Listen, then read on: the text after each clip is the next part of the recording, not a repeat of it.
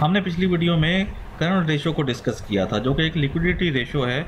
हमने डिस्कस किया था कि हम इसकी मदद से किस तरह कंपनी की शॉर्ट टर्म फाइनेंशियल पोजीशन को जज कर सकते हैं और इसकी बुनियाद पर डिसीजन ले सकते हैं। साथ ही साथ हमने आइडियल करंट रेशो की वैल्यू को भी डिस्कस किया था कि वो कितनी होनी चाहिए। फंडामेंटल एनालिसिस करते हुए ये लिक्विडिटी रेशो बहुत अहम होती हैं। आज हम एक कदम और आगे बढ़ते हुए मज़ीद सख्त अंदाज में मज़ीद मोहतात होकर कंपनी की शॉर्ट टर्म फाइनेंशियल पोजीशन को परखने जा रहे हैं और डिस्कस करेंगे क्विक रेशो की मदद से। क्विक रेशो को एसिड टेस्ट रेशो भी बोलते हैं। क्विक रेशो भी करंट रेशो की तरह लिक्विडिटी रेशो है और ये इम्प्रूव्ड वर्जन है करंट रेशो का। इस रेशो को इस्तेमाल करते हुए हम इन्वेंट्री को करंट एसेट से निकाल देते हैं, माइनस कर देते हैं। क्विक रेशो हमें बताती है कि क्या कंपनी इस हालत में है कि वो बहुत जल्द या 1 या 2 माह के अंदर अपनी करंट लायबिलिटीज़ को पूरा कर सकती है या नहीं। दोस्तों, हम फातिमा फर्टिलाइज़र और एंग्रो फर्टिलाइज़र की एग्जाम्पल भी लेंगे और क्विक रेशो को समझने की कोशिश करेंगे। दोस्तों, वीडियो को लाइक कर दें, दोस्तों में शेयर कर दें, चैनल को सब्सक्राइब कर दें, बेल आइकन को प्रेस कर दें ताकि आने वाली वीडियोस का नोटिफिकेशन आपको मिल सके। अस्सलाम वालेकुम दोस्तों, मैं हूं शहजाद जफर, बिजनेस लूम में एक नई वीडियो के साथ हाजिर खिदमत हूं।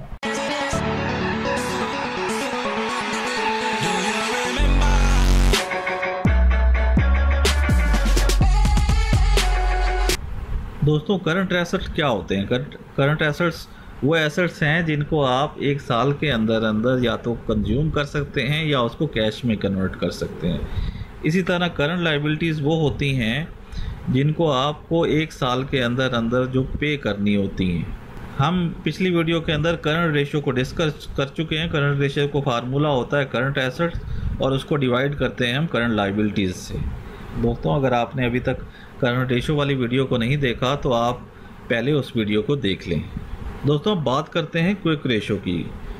सबसे पहले तो क्विक रेशो का फार्मूला समझिएगा। क्विक रेशो का फार्मूला है क्विक एसेट्स और उसको डिवाइड करेंगे हम करंट लायबिलिटीज़ से।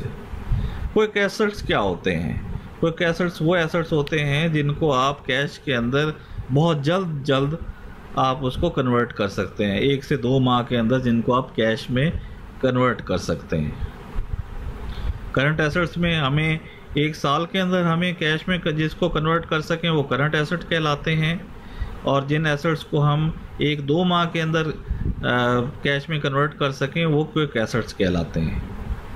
दोस्तों, करंट एसेट्स जो होते हैं उसमें आपके पास कैश होता है, कैश इक्विवेलेंट होता है, आपके पास स्टॉक या इन्वेंट्री होती है, वो रॉ मटेरियल जो स्टॉक या जो माल बना हुआ है वो उसको इन्वेंट्री बोलते हैं। अकाउंट रिसीवेबल वो होते हैं जो आपको रिसीव करने होते हैं, जो आपने माल दिया होता है, जो क्रेडिट दिया होता है मार्केट में, जो रिसीव करना होता है उसको अकाउंट रिसीवेबल बोलते हैं।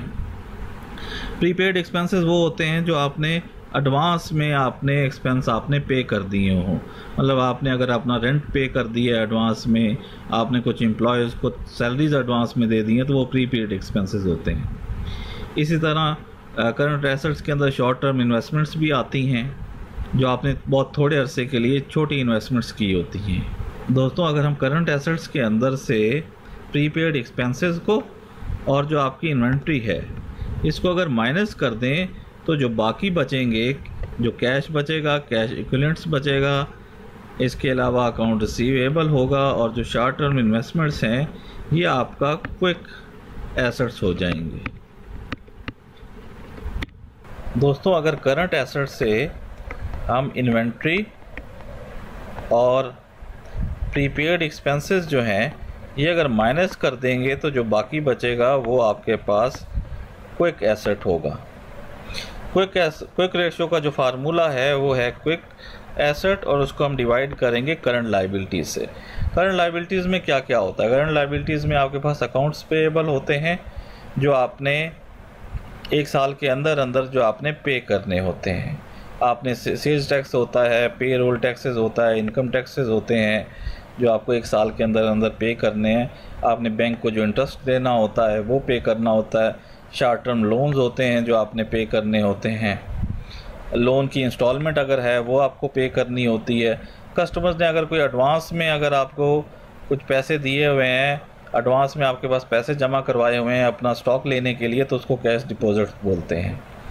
दोस्तों कुछ केसेस के अंदर जिसके अंदर कैश क्रेडिट और ओवरड्राफ्ट जो होता है उसको हम करंट लाइबिलिटीज़ से माइनस कर देते हैं, क्योंकि ये आमतौर पे इन्वेंट्री के अगेंस्ट जो है वो सिक्योर होते हैं। कैश क्रेडिट और ओवरड्राफ्ट जो हैं वो इन्वेंट्री के अगेंस्ट अगर सिक्योर हों तो इसको हम करंट लाइबिलिटीज़ से माइनस कर देते हैं जब हम क्विक रेशो को यूज़ कर रहे होते हैं। क्विक रेशो के अंदर क्योंकि हम इन्वेंट्री को माइनस कर रहे हैं एसेट्स में से, तो इन्वेंट्री के अगेंस्ट जो हमने कैश क्रेडिट्स वगैरह लिए होते हैं बैंक से, हम उसको भी करंट लाइबिलिटीज़ के अंदर इंक्लूड नहीं करते।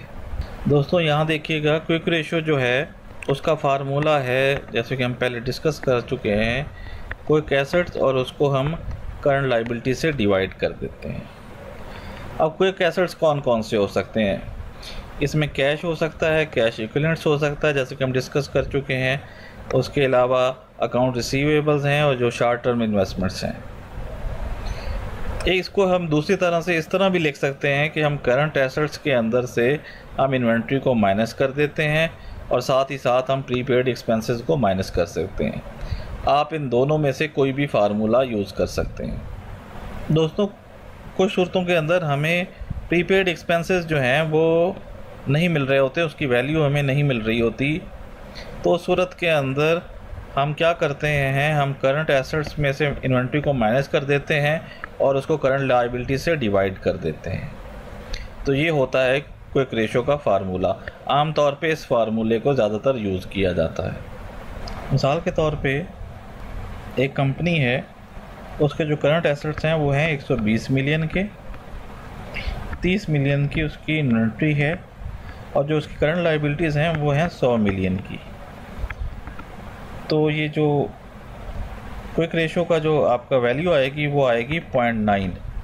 इसी तरह एक और कंपनी है, उसको 130 मिलियन के उसके एसेट्स हैं, 20 मिलियन की उसकी इन्वेंट्री है, 130 मिलियन के करंट एसेट्स हैं उसके, 20 मिलियन की इन्वेंट्री है और जो करंट लायबिलिटीज़ हैं वो हम मिसाल के तौर पे ले लेते हैं कि जो वो है 100 मिलियन की। तो यहाँ जो वैल्यू आएगी वो आएगी 1.1। क्विक रेशो की वैल्यू आएगी 1.1। यहाँ ये वैल्यू 1 से ज़्यादा है, यहाँ ये वैल्यू 1 से कम है। क्विक रेशो अगर 1 से कम होती है तो इससे मुराद ये है कि जो करंट लायबिलिटीज़ हैं वो ज़्यादा हैं और जो क्विक एसेट्स हैं वो कम हैं। इससे क्या हो सकता है? इससे ये हो सकता है कि कंपनी को शॉर्ट टर्म में लिक्विडिटी का प्रॉब्लम हो सकता है, जबकि दूसरी तरफ अगर क्विक रेशो 1 से ज़्यादा है तो उससे मुराद ये है कि जो आपकी करंट लायबिलिटीज़ हैं वो कम हैं और जो क्विक एसेट्स हैं वो ज़्यादा हैं। क्विक एसेट्स ज़्यादा हैं, करंट लायबिलिटीज़ कम हैं। तो जो आइडियल क्विक रेशो है वो है 1 से ज़्यादा होना। अगर 1 से ज़्यादा है क्विक रेशो तो इससे मुराद है कि कंपनी को कोई प्रॉब्लम नहीं है, लिक्विडिटी का कोई प्रॉब्लम नहीं है। दोस्तों क्विक रेशो जहाँ पे आइडियल जो क्विक रेशो है वो है 1, वहाँ ये इसकी वैल्यू 1 से 2.5 के दरमियान होनी चाहिए। SEStrade.com पर हम जाकर फातिमा फर्टिलाइज़र की एग्जांपल देखते हैं और यहाँ हम जब लिक्विडिटी में देखते हैं तो ये देखिए यहाँ पे जो क्विक रेशो है वो है 0.89। जब हम एग्रो फर्टिलाइज़र की एग्जांपल देखते हैं, जैसे ये वीडियो बन रही है और हम लिक्विडिटी में जाते हैं और ये देखिए यहाँ पे जो क्विक रेशो है वो है 1.05। एग्रो फर्टिलाइज़र की जो क्विक रेशो है वो है 1.05। जैसा कि हम डिस्कस कर चुके हैं, एग्रो फर्टिलाइज़र क्विक रेशो के हवाले से निस्बतन बेहतर कंपनी है। आपको बाकी फंडामेंटल्स भी देखने हैं।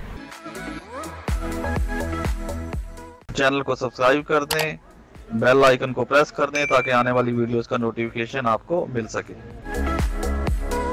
इजाज़त दीजिए, अल्लाह।